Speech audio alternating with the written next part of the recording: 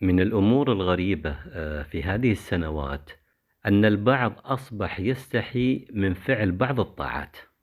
مثلا الواحد منا يريد أن يقتدي بالنبي صلى الله عليه وسلم ويقصر من ثوبه، ولكن للأسف يستحي.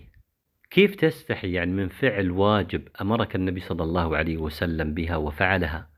في الوقت يعني هناك من يلبس ملابس ضيقة وجنوز مشققة وطيحني وغيرها، يعني مما يسمونه موضة، ولم يستحي.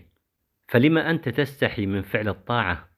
يريد أن يعفي لحيته، يعني كما كان النبي صلى الله عليه وسلم يفعل وأمر به، فيقول أستحي.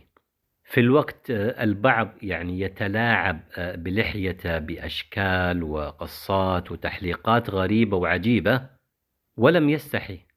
فلما أنت تستحي من فعل السنة؟ بل بعضهم للأسف يعني يستحي حتى أن يستاك أو يخرج المسباح ويسبح ويهلل يعني في مكان عام أمام الناس. في الوقت البعض يجاهر بالمعصية في الأماكن العامة ولا يستحي. فلما أنت تستحي؟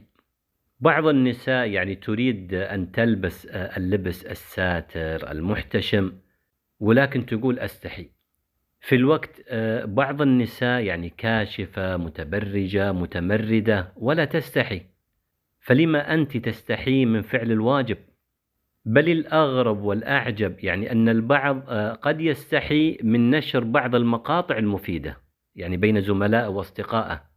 في الوقت يعني البعض ينشر مقاطع محرمة يعني مخلة بالأدب ولا يستحي. فلما أنت تستحي من نشر الخير؟ افتخر بما أنت فيه من خير وطاعة وصلاح واستقامة، طبعا بغير تكبر ولا غرور ولا تعالي على الغير.